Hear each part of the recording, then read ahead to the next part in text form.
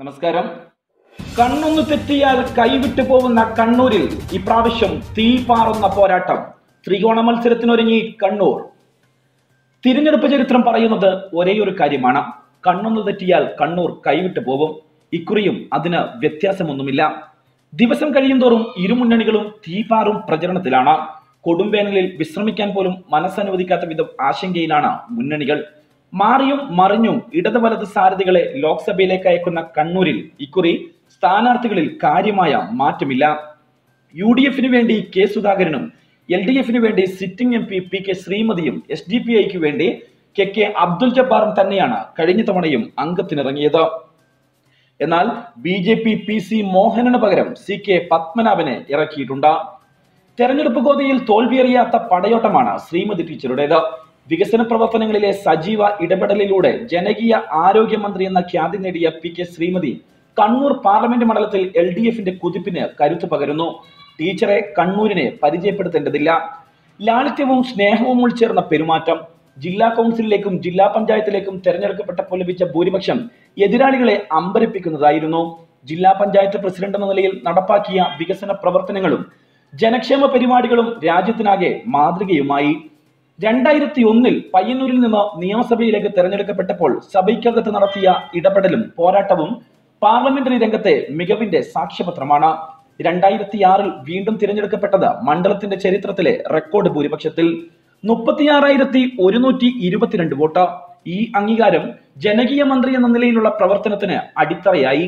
2006 LDF സർക്കാർ അധികാരത്തിൽ വരുമ്പോൾ പൊതുജനാരോഗ്യം കുത്തഴിഞ്ഞ നിലയിലായിരുന്നു. പകർച്ചവ്യാധികൾ പിടിപെട്ട് നാടും നഗരവും ഭീതിദയമായിരുന്നു. ഈ ദുരിതപർവത്തിൽ നിന്നാണ് ടീച്ചർ പൊതുജനാരോഗ്യത്തെ കാത്തത്. പ്രാഥമികാരോഗ്യ കേന്ദ്രം മുതൽ മെഡിക്കൽ കോളേജുകൾ വരെ മികവിന്റെ കേന്ദ്രങ്ങളായി മാറി. പൂട്ടിക്കിടന്ന ആശുപത്രികൾ തുറന്നു. മുഴുവൻ ആശുപത്രികളിലും ഡോക്ടർമാരെ നിയോഗിച്ചു. സർക്കാർ ആശുപത്രികളിലെ മരുന്ന് വിതരണം അഴിമതി മുക്തമാക്കി. 18 വയസ്സുവരെയുള്ള കുട്ടികൾക്ക് മാരക രോഗങ്ങൾക്കുൾപ്പെടെ സൗജന്യ ചികിത്സ ഏർപ്പെടുത്തി. പാടിക്കുന്ന് രക്തസാക്ഷികളുടെയും മൊറോഴ ചെറുത്തുനിൽപ്പ് സമരനായകൻ അറാക്കൽ കുഞ്ഞിരാമന്റെയും നാട്ടിൽ പിറന്ന ശ്രീമതിക്ക് ഇടതുപക്ഷ രാഷ്ട്രീയം രക്തത്തിൽ അലിഞ്ഞു ചേർന്നതാണ്. മുത്തങ്ങയിൽ ആദിവാസികൾക്കെതിരായ നരനായാട്ടിനെതിരെ സെക്രട്ടേറിയറ്റിന് മുന്നിൽ നടത്തിയ 12 ദിവസത്തെ നിരാഹാര സത്യാഗ്രഹം ശ്രദ്ധേയമാണ്. കണ്ണൂരിൽ കോൺഗ്രസിന്റെ ചരിത്രം പരിശോധിച്ചാൽ ഏറ്റവും ആദ്യം വന്നെത്തുന്ന പേര് കെ സുധാകരന്റേതാണ്. കണ്ണൂരിലെ അക്രമ രാഷ്ട്രീയത്തിനിടയിൽ അദ്ദേഹമാണ് ജില്ലയിൽ കോൺഗ്രസിനെ ശക്തിപ്പെടുത്തിയത്. ഇന്ന് കണ്ണൂരിൽ CPM ഏറ്റുമുട്ടാൻ ശേഷിയുള്ള നേതാവും കെ സുധാകരൻ മാത്രമാണ്. കോൺഗ്രസിലെ മുതിർന്ന നേതാവായ സുധാകരന്റെ വളർച്ച ഘട്ടം ഘട്ടമായിട്ടായിരുന്നു. സ്കൂൾ കാലഘട്ടത്തിൽ KSUവിൽ പ്രവർത്തിച്ചാണ് സുധാകരൻ കോൺഗ്രസ് പ്രവർത്തനത്തിലേക്ക് എത്തുന്നത്. ബ്രണ്ണൻ കോളേജിൽ ബിരുദാനന്തര ബിരുദം നേടിയ ശേഷം അദ്ദേഹം സജീവ കോൺഗ്രസ് പ്രവർത്തനാവുകയായിരുന്നു. KSUവിന്റെ ഉന്നത പദവികളിൽ ഇരുന്നാണ് പിന്നീട് സുധാകരൻ മുന്നേറിയത്. 1968-80 കാലഘട്ടത്തിൽ യൂത്ത് കോൺഗ്രസിന്റെയും പ്രവർത്തനങ്ങളിൽ സജീവമായതോടെയാണ് കണ്ണൂർ ജില്ലയിൽ സുധാകരൻ വലിയ നേതാവായി ഉയർന്നു വന്നത്. 1969 കോൺഗ്രസ് പിളർന്നപ്പോൾ സംഘടനാ കോൺഗ്രസിന്റെ കൂടെ നിന്നതോടെ സുധാകരൻ കോൺഗ്രസിലെ തന്നെ വലിയ നേതാവായി അംഗീകരിക്കപ്പെടുകയായിരുന്നു. ഇടയ്ക്ക് കോൺഗ്രസിൽ നിന്ന് രാജിവെച്ച് അദ്ദേഹം ജനതാ പാർട്ടിയിൽ ചേർന്നിരുന്നു. അടിയന്തരാവസ്ഥ കാലത്തിനിടയിലാണ് ഇത്. സുധാകരൻ തന്റെ തീപ്പൊരി പ്രസംഗങ്ങൾ കൊണ്ട് നിരവധി അനുയായികളെ കോൺഗ്രസിലേക്ക് ആകർഷിക്കുകയും ചെയ്തിട്ടുണ്ട്.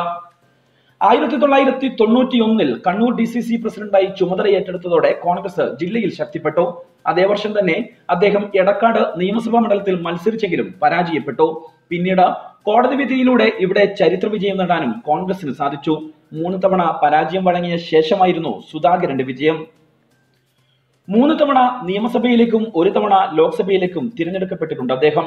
2014 PK ശ്രീമതിയോട് തോറ്റതോടെയാണ് മണ്ഡലം കോൺഗ്രസിന് നഷ്ടമായത്. ആന്റണി സർക്കാരിൽ വനംവകുപ്പ് മന്ത്രിയായി ഇരുന്നിട്ടുണ്ട്.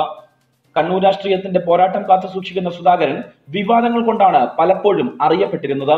കണ്ണൂരിൽ കോൺഗ്രസിലെ പുതുതലമുറ നേതാക്കളെ മുഴുവൻ വളർത്തിക്കൊണ്ടുവന്നതിന്റെ നേട്ടവും അദ്ദേഹത്തിനുള്ളതാണ്. ജില്ലയിൽ CPM രാഷ്ട്രീയ എതിരാളിയായി പ്രഖ്യാപിച്ചിരിക്കുന്നതും സുധാകരന് തന്നെയാണ്. അതേസമയം CK പത്മനാഭൻ കണ്ണൂരുകാരുടെ പപ്പേട്ടനാണ്. സംസ്ഥാനത്ത് ആകമാനവും ജന്മനാടായ കണ്ണൂരിലും സുപരിചിതനായ CK പത്മനാഭൻ ജനസംഘത്തിലൂടെ വന്ന RSS പ്രചാരകന്റെ ചുമതല മുതൽ BJP സംസ്ഥാന പ്രസിഡന്റ് പദം വരെ അലങ്കരിച്ച നേതാവാണ്. ശ്രീകണ്ഠാപുരം കോട്ടൂരിലെ പയറ്റാൽ അനന്തൻ നമ്പ്യാരുടെയും ദേവകിയമ്മയുടെയും മകനായി ജനിച്ച പത്മനാഭൻ കമ്മ്യൂണിസ്റ്റ് കുടുംബത്തിൽ നിന്നാണ് ദേശീയ പ്രസ്ഥാനങ്ങളിലേക്ക് പ്രവർത്തന പദം മാറ്റുന്നത്. കർഷക സംഘത്തിന്റെ നേതാവായി കാവുംബായി സമരത്തിന്റെ മുൻനിരയിലുണ്ടായിരുന്ന കമ്മ്യൂണിസ്റ്റ് നേതാവായിരുന്നു അനന്ത് നമ്പ്യാർ. 1969 മുതൽ പത്മനാഭൻ കമ്മ്യൂണിസ്റ്റ് ബന്ധം അവസാനിപ്പിച്ച് ജനസംഘത്തിൽ ചേർന്നു. 2 വർഷം RSS പ്രചാരകനായി പ്രവർത്തിച്ചു. കണ്ണൂർ അഴീക്കോട് താമസിക്കുന്ന CK പത്മനാഭൻ 1980 BJP കോഴിക്കോട് ജില്ലാ ജനറൽ സെക്രട്ടറി, പിന്നീട് സംസ്ഥാന ജനറൽ സെക്രട്ടറി, സംസ്ഥാന പ്രസിഡന്റ്, ദേശീയ നിർവാഹക സമിതി അംഗം തുടങ്ങി വിവിധ ചുമതലകൾ നിർവഹിച്ചു. ശബരിമല വിഷയത്തിൽ സുപ്രീം കോടതിയുടെ ഉത്തരവിന്റെ മറപറ്റി സ്ത്രീകളെ സന്നിധാനത്ത് പ്രവേശിപ്പിച്ച് ആചാര ലംഘനം നടത്താനുള്ള നീക്കത്തിനെതിരെയും അയ്യപ്പ ഭക്തരെ കള്ളക്കേസിൽ കുടുക്കി ശബരിമല സന്നിധാനത്ത് നിയന്ത്രണങ്ങൾ ഏർപ്പെടുത്തിയതിൽ പ്രതിഷേധിച്ചും BJP തിരുവനന്തപുരം സെക്രട്ടേറിയറ്റിന് മുമ്പിൽ നടത്തിയ നിരാഹാര സമരത്തിന്റെ ഭാഗമായി 10 ദിവസം CK പത്മനാഭൻ സെക്രട്ടേറിയറ്റ് നടയിൽ നിരാഹാരം അനുഷ്ഠിക്കുകയുണ്ടായി. അടിയന്തരാവസ്ഥ വിരുദ്ധ സമരത്തിൽ പങ്കെടുത്ത് ജയിൽവാസം അനുഷ്ഠിച്ചു. കണ്ണൂർ, തീഹാർ, വിയ്യൂർ സെൻട്രൽ ജയിലുകളിൽ പ്രക്ഷോഭ സമരങ്ങളുടെ ഭാഗമായി ജയിൽവാസം അനുഷ്ഠിച്ചിട്ടുണ്ട്. ജനസംഘത്തിന്റെ നേതൃത്വത്തിൽ നടന്ന ചെക്ക് പോസ്റ്റ് സമരം, വിലക്കയറ്റ വിരുദ്ധ സമരം തുടങ്ങിയ പ്രക്ഷോഭങ്ങൾ, വയനാട്ടിൽ ആദിവാസി സംഘത്തിന്റെ നേതൃത്വത്തിൽ നടന്ന ഭൂസമരങ്ങൾ എന്നിവയ്ക്കും നേതൃത്വം നൽകി. കണ്ണൂരിൽ ഇപ്രാവശ്യം തീപാറുന്ന പോരാട്ടം നടക്കുമെന്നുള്ള രാഷ്ട്രീയ ചിത്രം തന്നെയാണ് ഇപ്പോൾ പുറത്തു വരുന്നത്. ഏതു നിമിഷവും എന്തും സംഭവിച്ചേക്കാവുന്ന ഒരു രാഷ്ട്രീയ സ്ഥിതിവിശേഷം തന്നെയാണ് ഇപ്പോൾ കണ്ണൂരിലുള്ളത്.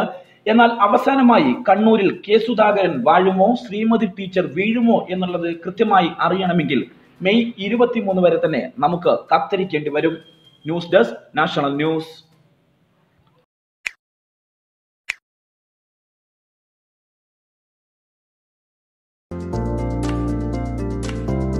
ലൈറ്റ് വെയ്റ്റ് സ്വർണ്ണാഭരണ കളക്ഷനും വെള്ളിയാഭരണങ്ങളുടെ കമനീയ ശേഖരവുമായി Sharva gold and silver, near bus stand, main road, Kanhangad.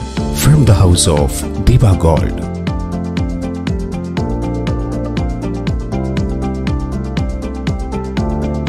ഇനിയും ചാനൽ സബ്സ്ക്രൈബ് ചെയ്യാത്തവർ ഉടനെ സബ്സ്ക്രൈബ് ചെയ്യുക. വാർത്തകൾ കിട്ടാൻ ബെൽ ഐക്കൺ ക്ലിക്ക് ചെയ്യുക.